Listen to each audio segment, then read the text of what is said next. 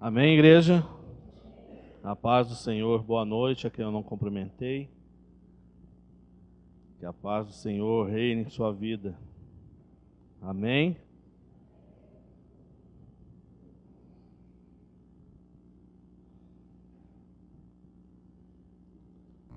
Queridos, o que nós temos procurado fazer nessas reuniões é realmente fazer com que você se conscientize de que tudo que nós temos e somos veio de Deus e é para Deus. Se Deus, eu acredito que Deus, Ele confia seus filhos, a cada um Deus confia algo. Alguns Deus confia ministérios, a outros Ele dá responsabilidade a todos os seus filhos. Eu acredito nisso. Então a nossa intenção qual é? Está tendo um momento para compartilharmos, como Isaac disse, debaixo de uma direção de Deus, colocando em prática ou levando todos a entenderem que o reino de Deus é um reino de princípios. Tudo que Deus fez e faz é debaixo de princípios. Deus não faz nada que tenha uma característica de desorganização. Tudo que Deus fez e faz é organizado. Tudo. Então a nossa intenção está trazendo esses princípios, despertando os irmãos, a quem deseja realmente participar, para que você possa entender que se a sua empresa, se o que você está fazendo está indo bem, pode melhorar. Amém? Eu já disse aqui outras vezes que aquela história de que se melhorar estraga, isso é uma mentira do diabo. Se melhorar, fica melhor ainda, não é, pastora? Fica melhor ainda. Amém? Nós temos que tomar posse disso. E temos ferramentas para isso. Então eu convido a você, e a quem, como o Isaac disse, estender esse convite a seus amigos, familiares, enfim. Invista no que Deus confiou na sua vida. Amém? Pegando uma carona com o que a pastora Deise falou aqui, o que é fidelidade para você? Na hora que ela estava falando sobre fidelidade, e o pastor de César, no estudo de quinta-feira, ele também falou sobre fidelidade. E isso realmente tem gritado em meu coração. Eu não estou falando, nem quero falar de dinheiro, querido. Não vou pedir dinheiro, pode ficar sossegado. Mas o que é fidelidade para você? O que marca a vida de uma pessoa fiel, no seu conceito? Alguém aqui arrisca? Um adjetivo? Quem é ou o que marca uma pessoa fiel?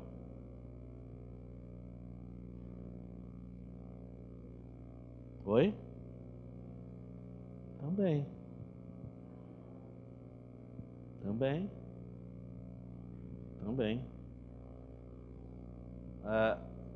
Quando a pastora Deise estava ministrando aqui, me veio em mente, nós colocamos um vídeo de um congresso do pastor Josué Gonçalves. Ele fez dias atrás em Poços de Caldas, né? Em Poços de Caldas. E ele levou vários pregadores, homens de Deus, homens que estão assim, bem, um nível bem reconhecido no que diz respeito ao evangelho nacional. E ele levou o pastor, Carlito Paz.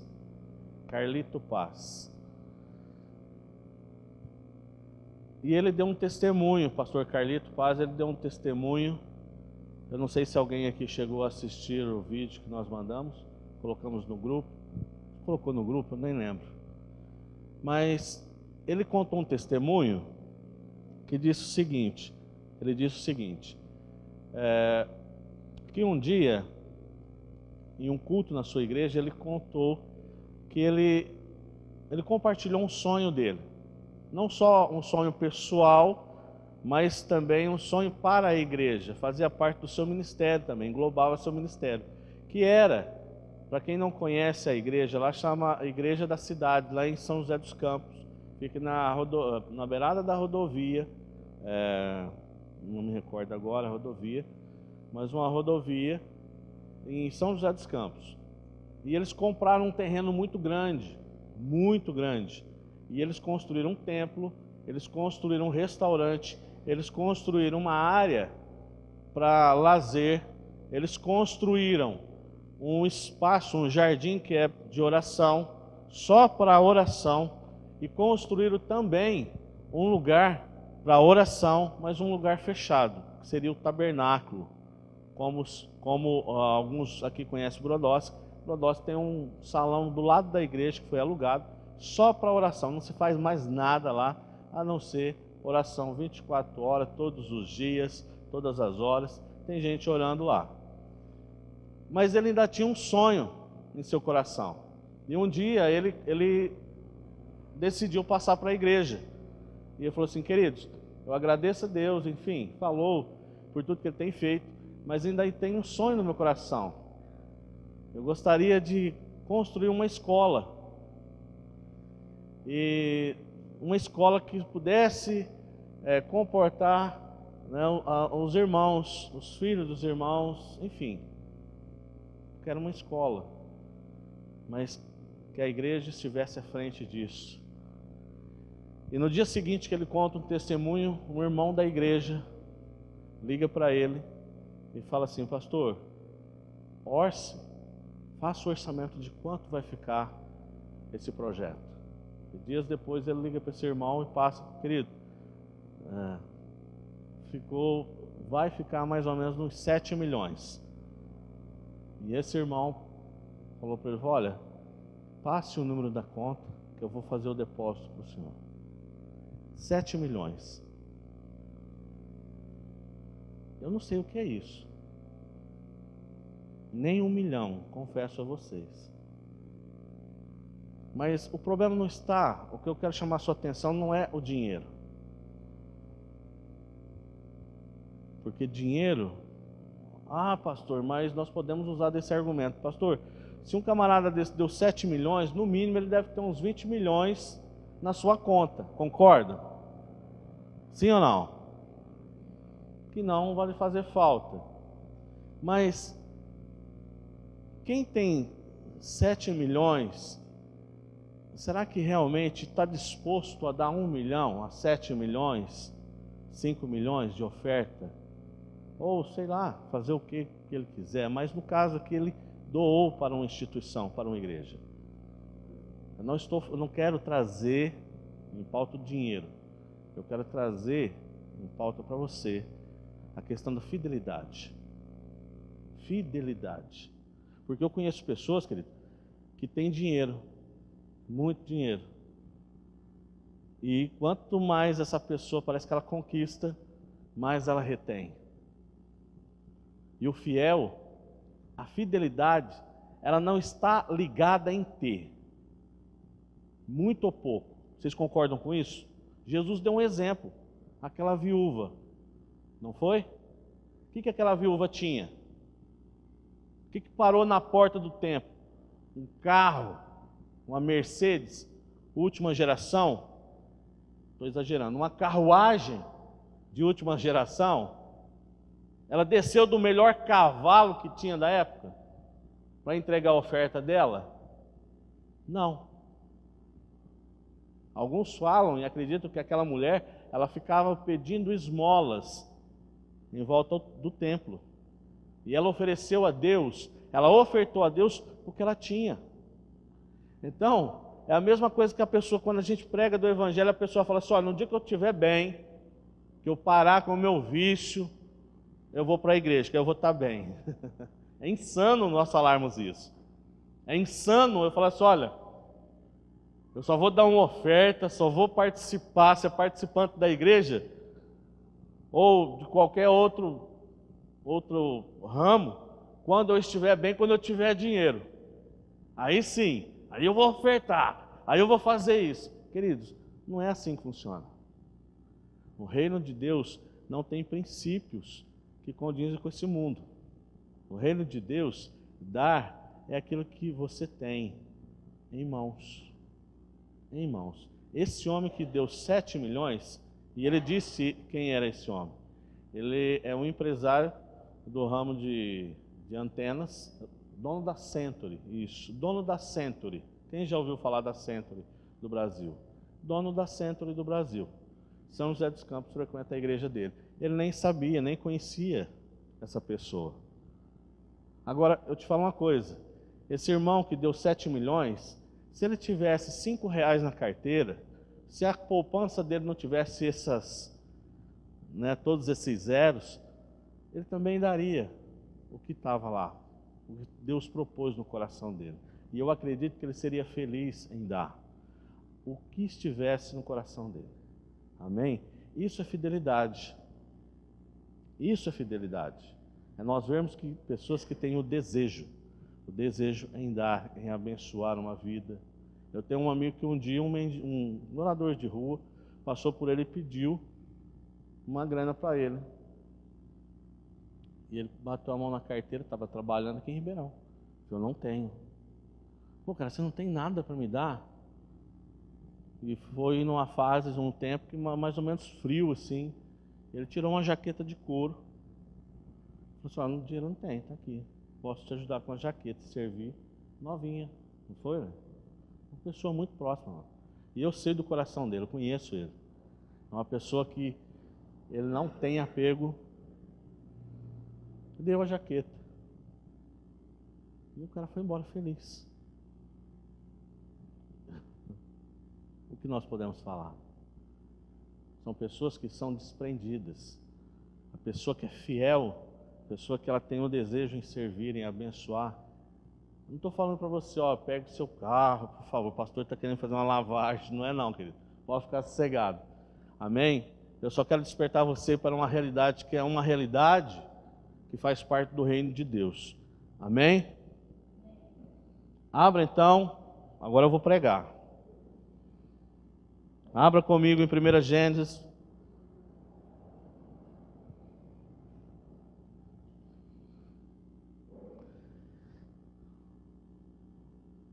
Em Gênesis 1, ninguém entendeu a piada. Em Gênesis 1, 31. E viu Deus tudo quanto fizera, e eis que era bom. E foi a tarde e a manhã, o dia sexto. Vou ler novamente. E viu Deus tudo quanto fizera, e eis que era bom. E foi tarde e manhã, o dia sexto. Feche seus olhos, por favor, vamos orar. Vamos agradecer a Deus. Pai, eu te louvo e te agradeço, Senhor, por tudo que você tem realizado a favor da tua igreja. Eu peço nesse momento que teu Espírito Santo tenha liberdade, encontre liberdade em nossas vidas, em nossos corações, para agir, para fazer aquilo que está em teu coração acontecer em nossas vidas. Que a tua palavra, que é viva e eficaz, possa realmente, ó Deus, ser lançada em nossos corações como uma semente, ó Deus, que é lançada em um solo fértil. Eu te peço em nome de Jesus que toda resistência nesse momento possa ser lançada por terra. Que a nossa mente, o nosso coração possam estar abertos. Deus, que o Senhor possa estabelecer o teu reino através das nossas vidas. Que esta igreja possa expressar o teu reino. Que os nossos lares, nossas famílias possam expressar o teu reino. A essência, ó Deus, do teu reino. Que nós possamos nesses dias estar sensíveis à tua voz, ouvi-la e colocar em prática toda a direção que o Senhor nos der. Em nome de Jesus, que neste momento, ó Pai, o teu Espírito Santo possa ministrar em minha vida a tua vontade. Que tudo aquilo, ó Deus, que eu coloquei aqui no papel, o Senhor possa, através do teu Espírito Santo, me dar condições de externá-las para a tua igreja de uma maneira santa, e que ela possa ser como, nesse momento, essa palavra possa ser como uma árvore plantada à beira de um ribeiro, em cada coração. Em nome de Jesus eu te agradeço, ó Pai. Amém. Esse versículo, quando nós lemos ele, e viu Deus tudo que fizera, e eis que era muito bom. E viu Deus tudo que fizera, e eis que era bom.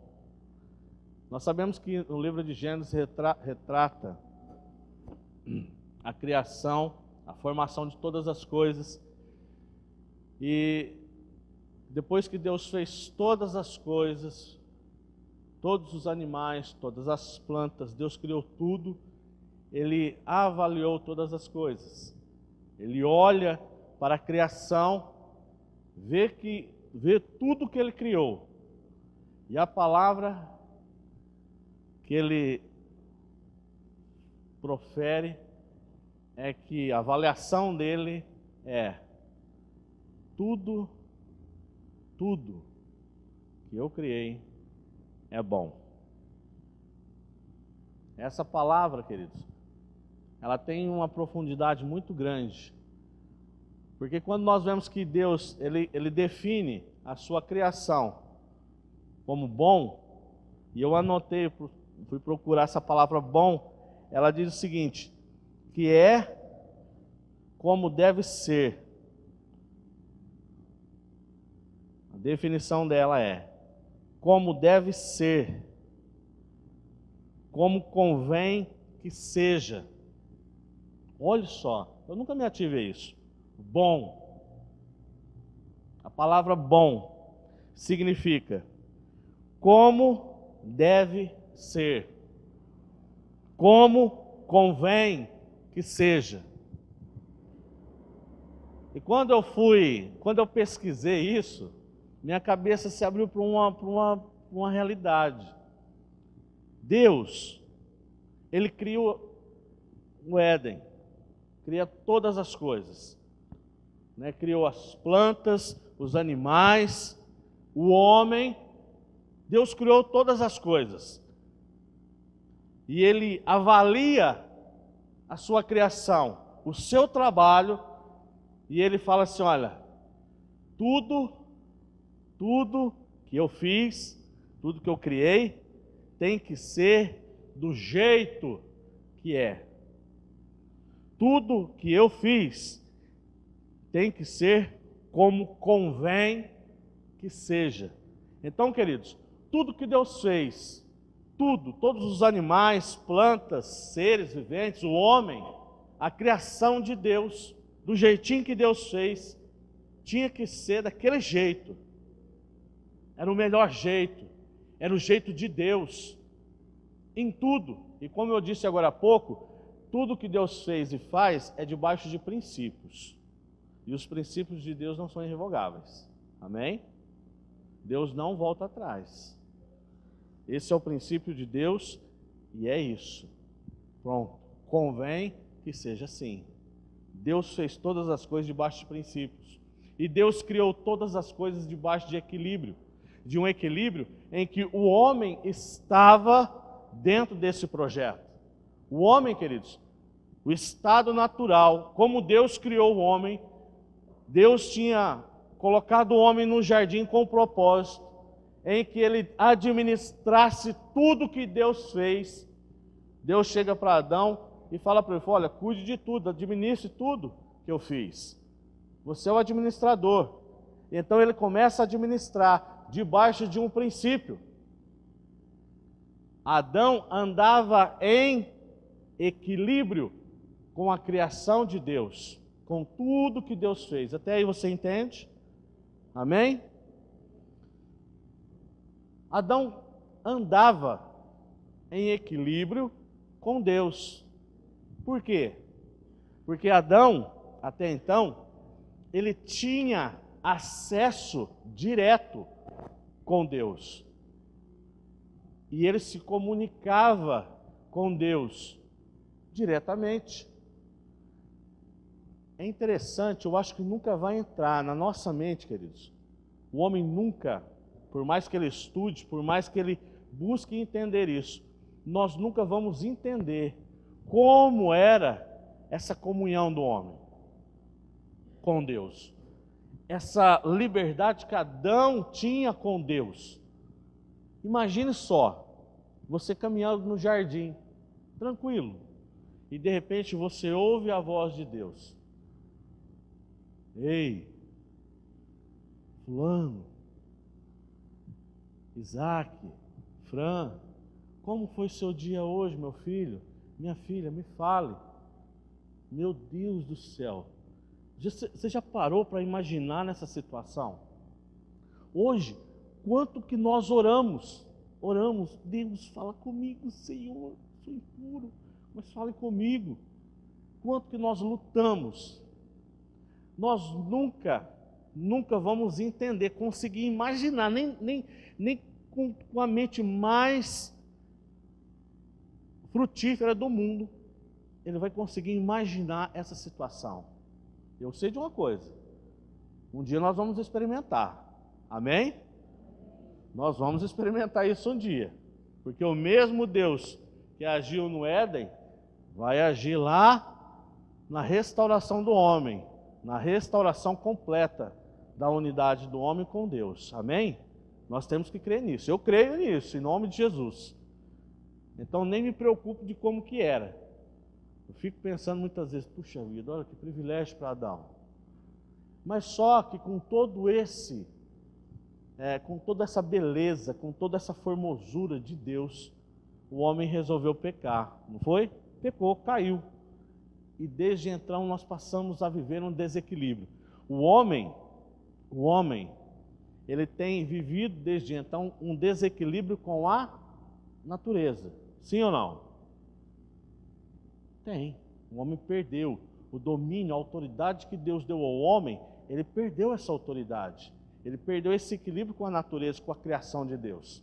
O homem passou então a se afastar de Deus depois do pecado. Sim ou não? Sim. Nós nos afastamos de Deus. E pela graça e misericórdia de Deus, Ele tem nos dado condições de nos aproximarmos dEle novamente, de nos relacionarmos dEle novamente através da obra de Cristo. Mas, queridos, a nossa vida então, desde então, depois do pecado, foi uma vida e tem sido uma vida de desequilíbrio. Parece que, se você analisar bem a sua vida, talvez você nunca tenha chegado a essa conclusão, mas conversando com algumas pessoas, a nossa vida tem sido uma vida corrida, não é verdade? Parece que falta horas para o dia, sim ou não? Parece que falta dias para a semana, sim ou não? Não é verdade? O que eu quero trazer para você, queridos, é que o projeto que Deus deu para o homem, tudo aquilo que estava no coração de Deus, todo o seu projeto para o homem de comunhão ainda é vivo. Poxa, tem gente que acredita, puxa vida, o diabo jogou sal no angu de Deus, acabou com tudo. Ixi, Deus se frustrou. Não, o projeto de Deus lá atrás, de Gênesis, ainda existe. E eu creio que nós, como eu disse, nós vamos desfrutar desse projeto. Eu e você, em nome de Jesus. Amém? Agora, é preciso nós entendermos uma coisa. Que nós, queridos, apesar de Deus ter usado material aqui da terra, e ter formado o homem, nós não somos e não fazemos parte desse mundo. Já foi falado isso daqui várias vezes. Nós não fazemos parte desse mundo. Nós fazemos parte de um reino celestial, um reino que é santo, que é puro, que tem o nosso Deus centrado no seu trono de glória. Nós fazemos parte desse reino e temos que acreditar nisso. Senão não adianta nós estarmos aqui. Senão não adianta nós abrirmos as nossas Bíblias e lê-la como se fosse um livro. Nós temos que ler e acreditar no que a Bíblia está dizendo, que nós somos cidadãos celestiais, que nós temos um propósito aqui na terra, que nós fomos chamados com um propósito. E assim como Adão, que Deus tinha propósito na vida de Adão, Deus tem propósito na vida do Mardônio, do Isaac, da Lê, da Fran, da Suelen, do Francisco, do José, de todo mundo. Todo mundo. Deus tem propósito em nossas vidas. Amém? Eu creio nisso. Agora, eu quero que você entenda que o que Deus criou, quando Deus criou o Éden, quando Deus fez tudo aquilo, a sua criação, o Éden, que deu uma palavra aqui um dia, diz que Éden significa no hebraico, no hebraico, porta aberta ou acesso a Deus. Tudo isso foi tirado da terra. Tudo isso. Existem pesquisas que já fizeram alguns anos atrás pesquisas para saber onde que era o Éden, como que ele era. E sabe o que descobriram? Nada. Nada. Por que isso? Porque o Éden, ele representa o céu. O Éden era algo santo. A presença de Deus estava naquele lugar. E o mundo contaminado não merecia esse lugar. E Deus tirou tudo. Tudo. Acabou. Aqui não ficou nenhum vestígio do Éden. Acabou. Ninguém sabe onde foi isso. Alguns cientistas arriscam dizer que foi em tal lugar, outros em tal lugar, mas não existe nenhum vestígio. Por quê? Porque era algo santo, era algo celestial, e Deus levou isso consigo, tirou totalmente. O mundo, a Bíblia diz que o mundo já do maligno. A terra está corrompida, a terra está morrendo. Agora eu te faço uma pergunta. E nós? Para onde que nós vamos? Para onde que eu e você vamos passar? Aonde eu e você nós vamos passar a eternidade? Eu estou falando isso porque nós temos conversado com algumas pessoas e existe uma grande confusão. As pessoas acreditam em um céu, e eu acredito que nós vamos para o céu, em nome de Jesus. Amém? Vamos para o céu, aonde o céu é um lugar de paz, de gozo, um lugar lindo, um lugar que não tem explicação. O céu, como muitos acreditam, não é o melhor do mundo, como muitos falam. É o melhor que você pode tirar do mundo. Um lugar rico, um lugar esplêndido, com todas as riquezas, e nós vamos desfrutar disso. Alguns acreditam que o céu é assim. Alguns acreditam que o céu vai ser aqui. Alguns acreditam, e estão até matando por isso, que no céu, quando a pessoa morre, vai receber lá virgens, 7 virgens. Eu confesso a você, se eu soubesse, realmente tivesse certeza que o céu tivesse 7 mulheres me esperando, não queria ir não. Não queria não. Estou com uma aqui, estou sofrendo para cuidar dela. Imagina 7, né, de César? Imagina 7. Eu estou aqui, para cuidar, para tratar. Imagina. Rapaz, imagina a senhora, minha irmã, com 7 homens. 7 homens te esperando. Faz o almoço aí, ué. No sofá, no céu não pode ter sofá. Mas tem gente que acredita nisso, não é verdade? Eu não estou falando besteira, tem gente que acredita. Não é? Se mata, se mata. Se mata e mata os outros também, por conta de acreditar que lá no céu tem isso e aquilo. Esse é o céu que eles acreditam. Agora, eu acredito, queridos, que no céu, o céu, que eu imagino, eu estou aqui dividindo com você, pelo menos, eu estou dividindo com você o meu pensamento. O céu é perfeito. A única palavra que nós podemos definir o céu, perfeito. Por quê? Porque nós vemos em Gênesis que Deus fez tudo perfeito. Deus fez em Gênesis tudo debaixo de um equilíbrio, debaixo de uma ordem. E assim vai ser o céu. Como eu disse, Gênesis retrata a criação de Deus, e aquele local, o Éden, ele expressava o céu, o desejo de Deus para com o homem, de se relacionar com o homem e ter uma vida perfeita, em equilíbrio.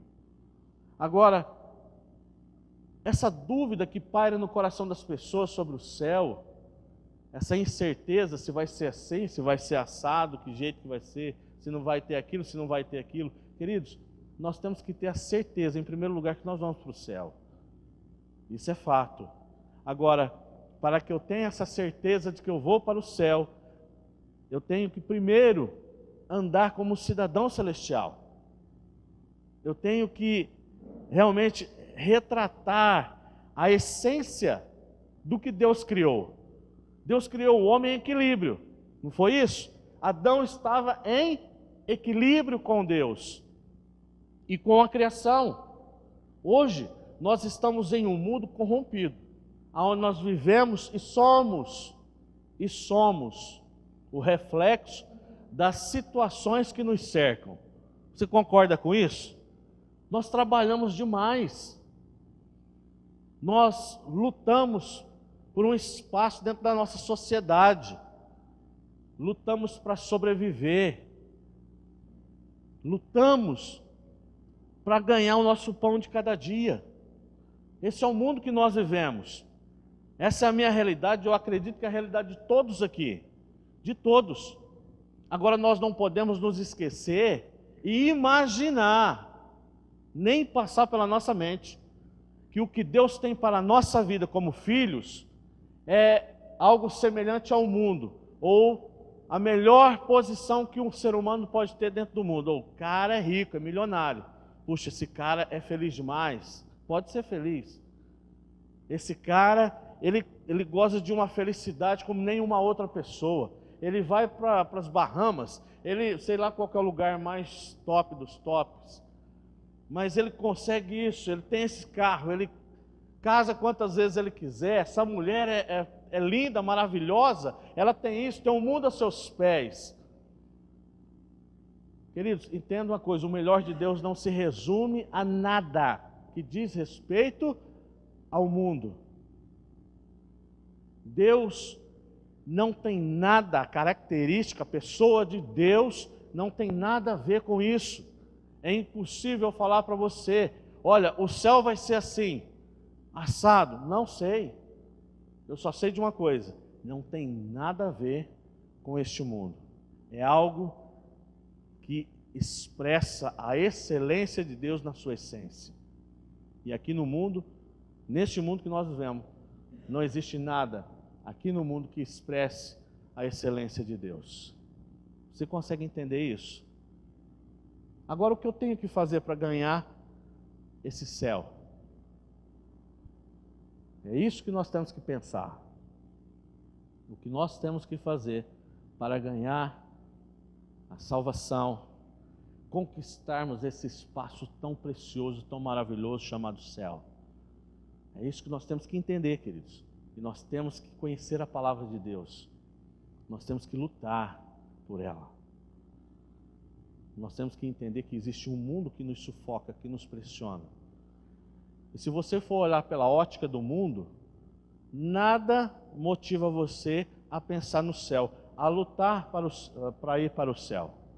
Nada. Sabe por quê? Hoje, a nossa realidade, nós temos casa boa, não temos? Hoje, Ribeirão, pegando a nossa realidade aqui, Ribeirão é quente demais, não é? O que você faz com esse calor todo? Compra um ar, não é, Selma? Beleza, fresquinho, acabou o calor. Nós temos casa, nós temos TV. Outro dia eu estava vendo uma matéria, TV com uma tecnologia que nunca, eu acho que ninguém imaginou isso. Agora é o tal do K, 4K, já tem K não sei aonde aí. Não é verdade? Andamos com carros bons, não é verdade? Temos telefones de última geração. Estava conversando outro dia, o pastor estava junto. Entrei numa loja aqui, numa papelaria, conversando com um rapaz, ele falou que trabalhou, qual departamento? De um banco, né? Em um departamento de contas de um banco, e ele falou que ele ficou marcado na cabeça dele o carimbo dos cheques, que era tá, todo dia, coisa que não se faz mais hoje. Ele falou assim, cara, durante muitos anos eu aposentei, depois vim trabalhar aqui, e você pega se você pegar seu celular aí na mão, você conversa com o mundo todo, você faz tudo, você tira foto, você fica até bonito no celular, não é verdade? Não, você tem de tudo, você nasce em um hospital muito bom, não é verdade? Cresce, dependendo da criança. O João, eu não sei se ele põe pé na terra, porque é tudo concreto, tudo no cimento, tudo piso. Né? Cadê o Rodrigo? O Rodrigo está aí? Eu não estou vendo ele. O Rodrigo falou um dia, falou assim, ó, tem criança que é pé rosa. Eu falei, pé rosa? O que é isso, pé rosa? Pé rosa é a criança que nasce em apartamento, que nunca pôs o pé na terra, que o pé nunca ficou vermelho. É uma verdade isso. As crianças estão crescendo hoje pé rosa. Qual que é a brincadeira? Videogame, não é verdade? Quer ver, quem que nasceu de parteira? Minha irmã. Eu nasci de parteira, gente. 42 anos atrás. 43, vai.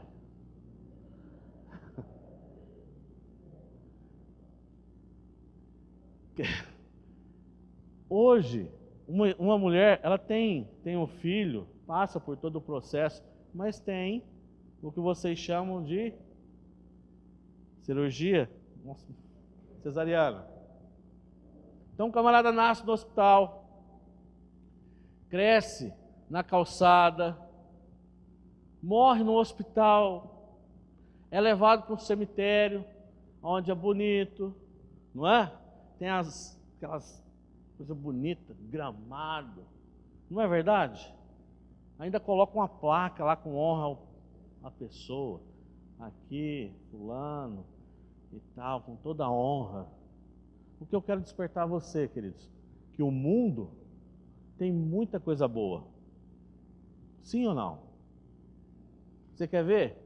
Quem tem mais de 40 anos aqui? Os homens, quem gostava de jogar bola? Quem conhece quichute?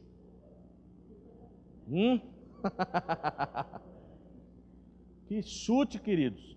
Você colocar um quichute no pé de um menino hoje, ele arranca e te bate com ele. Aquilo tinha um chulé que espantava até coisa ruim. Você lembra, Isaac? Conguinha azul da ponta branca. Quem jogou bola com aquilo? Aquilo deformava a unha do dedão. Quem jogou em quadra, aquelas bolinhas de quadra seca. Um dia deram uma bolada na testa do meu primo, que era metido a goleiro, ele desmaiou na quadra. Era seca. Quem se lembra dessa bolinha? Era seca, desse tamanhozinho assim, ó. Era a mesma coisa chutar um pedaço de pau. É sério. E eu fiquei pensando, outro dia nós estávamos conversando em casa a respeito disso. Quando meu pai comprou o primeiro carro dele, foi uma Brasília 78, ela tinha quase 10 anos de uso, uns 8 anos de uso mais ou menos, era um carro bom. Eu acho que eu já até falei isso daqui, mas a família virou a cara com o meu pai, porque está metido, comprou o carro, está metido, porque todo mundo tinha bicicleta. Todo mundo tinha bicicleta. No dia que meu pai chegou com um carro em casa, acabou. E meu pai, queridos, para comprar esse carro, ele teve que vender. Ele teve que fazer acerto na empresa que ele trabalhava. Ele teve que juntar dinheiro da poupança. Ele fez tudo para juntar um dinheirinho para comprar um carro. Hoje, se um rapaz com 20 anos tem carteira registrada, ele entra em qualquer concessionária e sai de carro zero. Sim ou não? Faz quanto tempo que você é motorista, Cícero? 20, 25 anos mais ou menos? Você consegue lembrar 25 anos do caminhão que você dirigia? D60. D60. Era queixo duro? Nem queixo tinha, né? Eu fiz hemodiálise com o senhor. Hã? F100. Olha só. Aqui os caminhões, a gente encontrava os caminhões só, na subida. Hoje, carretas com 40, né? 25, sei lá, 40 mil toneladas. 60, né? 60 mil quilos. Eles andam igual nossos carros, não é? Não anda mais porque é limitado, ele tem um tacógrafo que impede. Mas hoje, eu conversei com o senhor, ele fez hemodiálise comigo, foi motorista. Ele falou assim, olha, Marlon, eu dirigi caminhão, cara, que tinha folga, que a gente ia assim, ó, daqui pro Goiás, com folga no volante. Desse jeito. Hoje o cara só aqui, ó, o banco regula a altura, a direção escamoteável, não é? Ajusta a pança. Outro dia a Suzy não consegui estacionar o carro dela ali, eu fui entrar e eu fiquei espremido. Regula, tudo certinho, bonitinho. É bom ou não é? O que eu quero despertar você, queridos, é que hoje o mundo tem nos oferecido muitas coisas boas. Por que eu vou me preocupar com o céu? Por que eu vou me preocupar com o céu? Se tem tanta coisa boa aqui. Meu filho tem 4 anos. Tem de tudo. A gente faz de tudo. Quer comida? A gente... Quem se lembra do tempo que Coca-Cola era só do final de semana? Final do ano, né? Final do ano, é verdade. É verdade, é verdade. Era Guaranazinho, final de semana, né? É. Que suco. Nossa, meu Deus, aquilo ficava grudado uma semana, aquela borra na garganta. Aquele saquinho era mágico, né, irmão? Mágico. Você fazia 5 litros com aquele negocinho desse tamanho assim, ó. Não é verdade? O Guaranazinho fazia um buraco na tampinha, né? Para não tomar tudo de uma vez. Não é verdade, César? Vocês estão rindo porque vocês não passaram por isso, gente. A minha mãe era assim, ó. Comprou a Havaiana nova. Já sabia que, já era gravado, já estava gravado. Ela vai falar, agora ela vem falar. Se encardir esse chinelo, ou se sumir vai ficar descalço. Toda vez ela falava isso, mas acabava comprando. Era difícil. Minha mãe um dia comprou um Havaiano e rezou tudo isso para mim. Aí eu fui andar de carrinho de rolemã. Quem se lembra disso? Carrinho de rolemã. E aquela molecada em cima do carrinho. E Coab, eu nunca vi proliferar igual o pernilongo. Criança e Coab. Montou aquela molecada, uns 10 em cima do carrinho. Nós descemos a rua. Chegou lá embaixo. Foi dar aquele cavalinho de pau básico. O chinelo. E se você não sabe, o rolemã, ele corta igual navalha. Flap! E foi moleque para um lado, moleque para o outro. Outro ficou agarrado no carrinho do rolemã. E eu ralei o joelho, sangrando. Eu não estava nem aí com o meu joelho, estava preocupado com o que eu ia falar para minha mãe. Com o havaiano. Que a havaiana era básico, né? Era branco e preto, né? As correinhas pretas. Naquele tempo, né? Era só 1 ou 2 cores, não tem essa coisa. Hoje tem que ter loja específica para havaiano. Você chega no shopping, tá lá, havaiano. Não tinha isso não. Era coisa de pobre mesmo. As nossas brincadeiras, queridos, quando não era um carrinho de rolemã, antes de asfaltar a Coab, sabe o que nós fazíamos? Pegava pneu. Quem já fez isso? Metia 2 cabos de vassoura no pneu.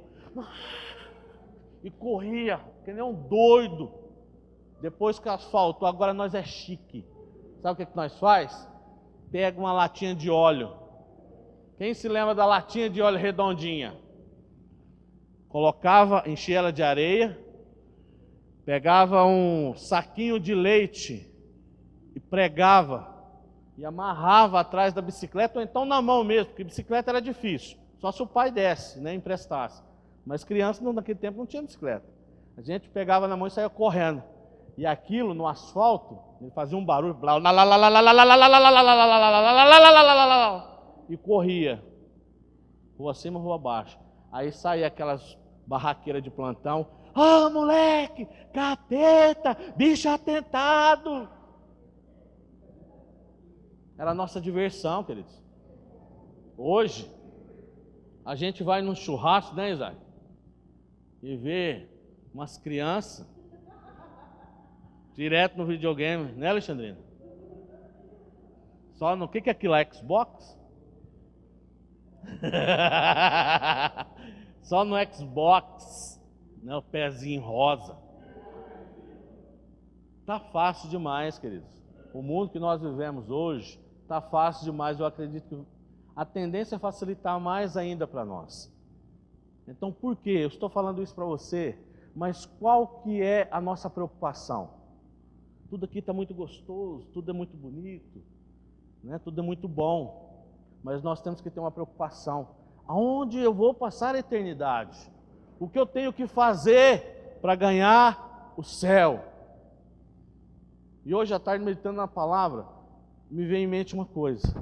E eu creio que foi o Espírito Santo que colocou isso no meu coração. Todos nós aqui, todos nós gostamos de viajar, sim ou não? Você gosta de viajar, tirar férias? Quem aqui já foi para um lugar que você não conhecia? Você tinha um desejo de conhecer aquele lugar, eu quero ir para lá, passar um tempo, passar férias lá. Qual a primeira coisa que você faz quando você vai para um lugar que você não conhece? Alguém arrisca? Se programa? Busca em primeiro lugar. Nós buscamos conhecer aquele lugar, tirar o máximo de informações daquele lugar. Não é verdade? Vamos atrás. O que aquele lugar oferece? Eu quero ir para Maceió. Eu quero ir para os Estados Unidos. Quero ir para o Sul. Qual é a cultura daquele lugar? É isso ou não? Fazemos isso ou não? Por quê? Por segurança. Eu li um livro de um pastor que ele cresceu na África, uma região da África. E lá, ele cresceu, nasceu, cresceu, e Deus expandiu o seu ministério e levou ele para outros lugares do mundo. E na cultura dele, um homem sentar em qualquer lugar, se ele sentar e cruzar a perna, é um sinal de vergonha, de humilhação. É como falar que o homem não é homem na terra dele. E a primeira viagem que Deus levou ele a conhecer um país, ele senta junto com a liderança de igrejas para ministrar para aqueles líderes, e a maioria dos homens sentaram e cruzaram a perna. E ele falou assim: meu Deus do céu, onde que eu estou? Estou num covil de lobos. E ele pregou, falou que ficou indignado com aquilo. Quando ele foi para o quarto no hotel, Deus ministrou no coração dele. Essa é a cultura deste país. E eu não me prendo à cultura. Você tem uma cultura.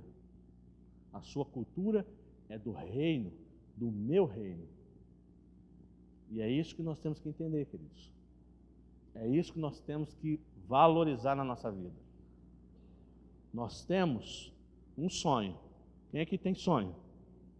Todos nós temos um sonho em comum. ir para o céu. Qual é a nossa obrigação?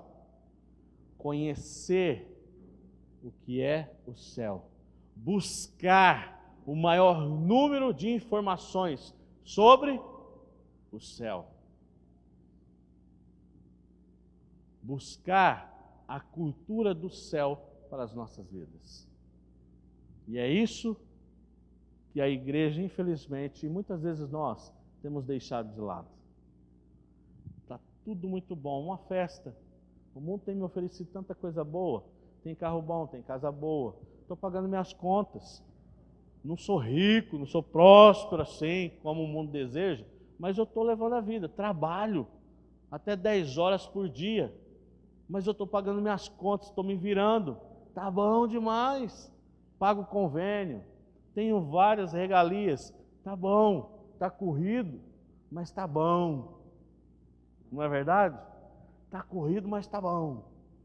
E nós nos esquecemos muitas vezes do principal.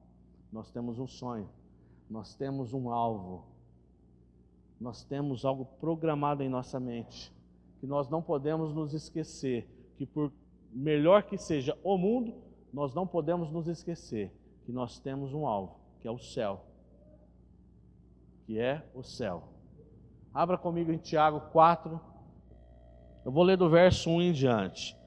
Tiago 4, do verso 1 em diante. De onde vêm as guerras e contendas entre vós? Porventura vem disto, dos vossos deleites, que nos vossos membros guerreiam? Cobiçais e nada tendes, logo matais, invejais e não podeis alcançar.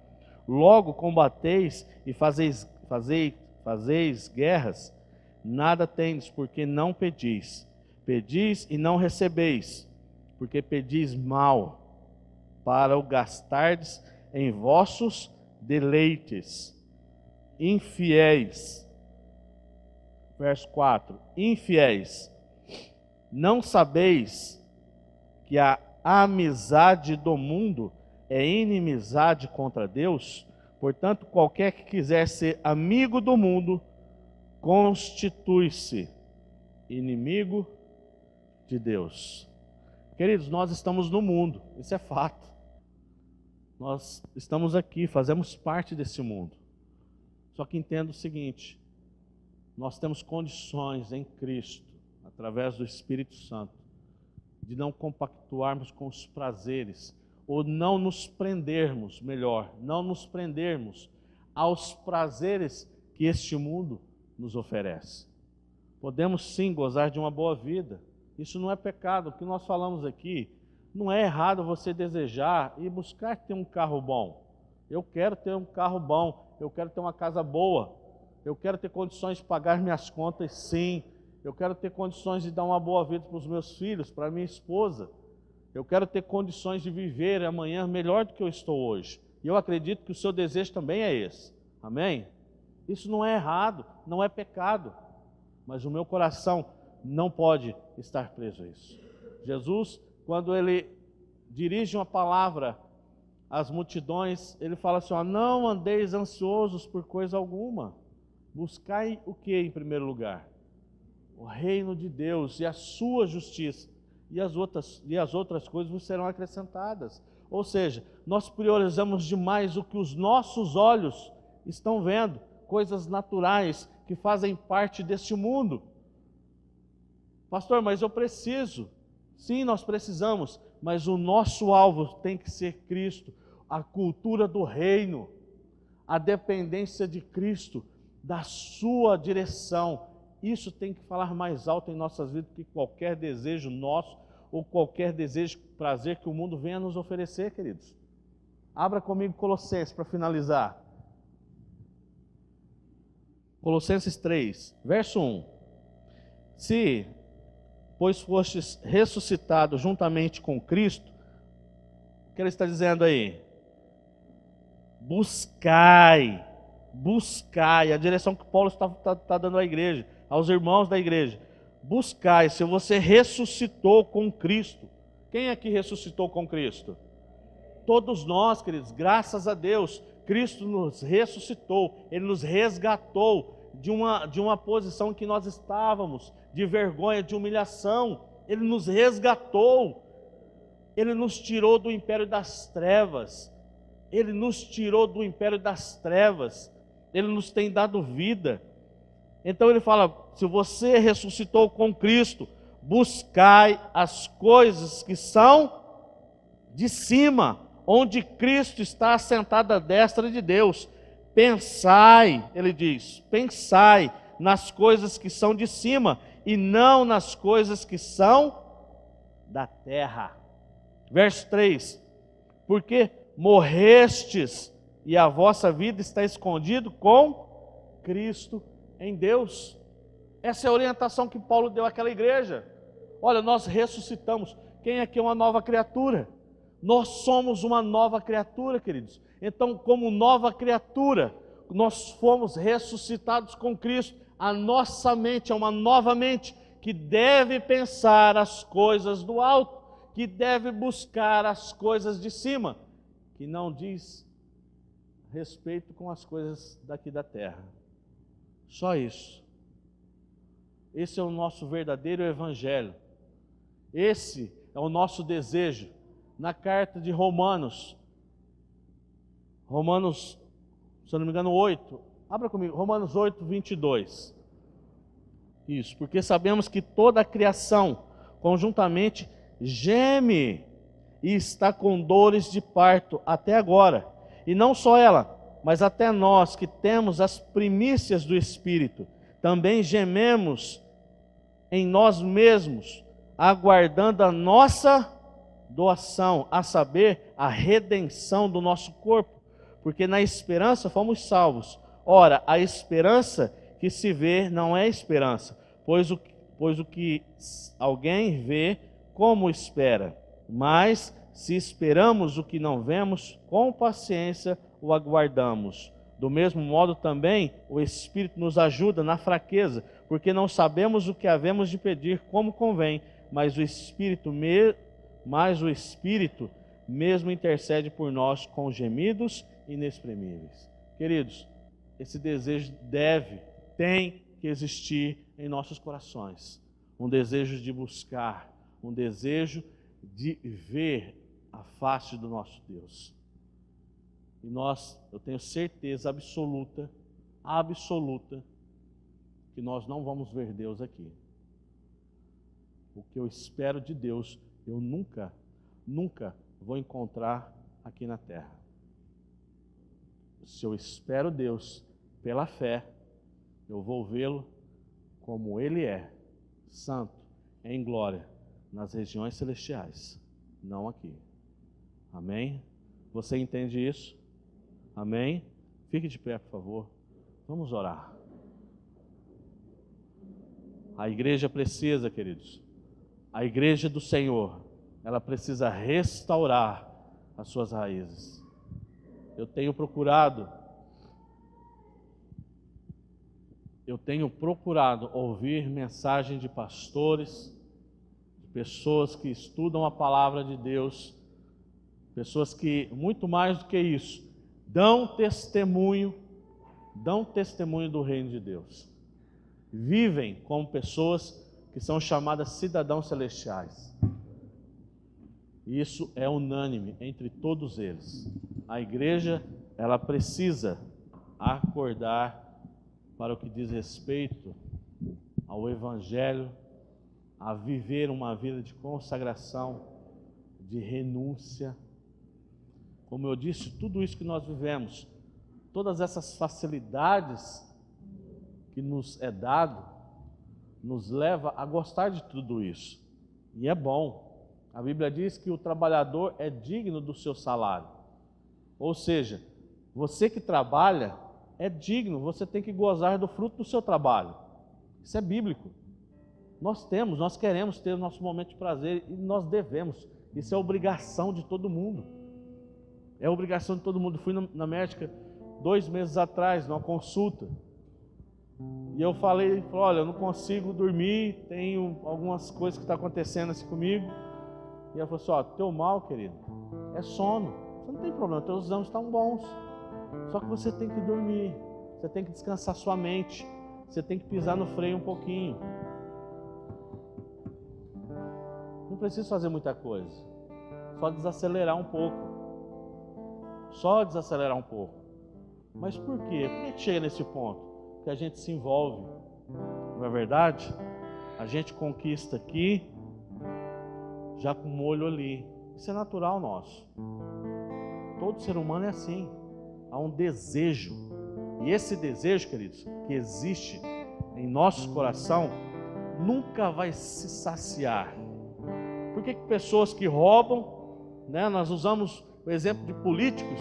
Por que muitos políticos corruptos, não falo todos, misericórdia, mas os corruptos, eles nunca se saciam?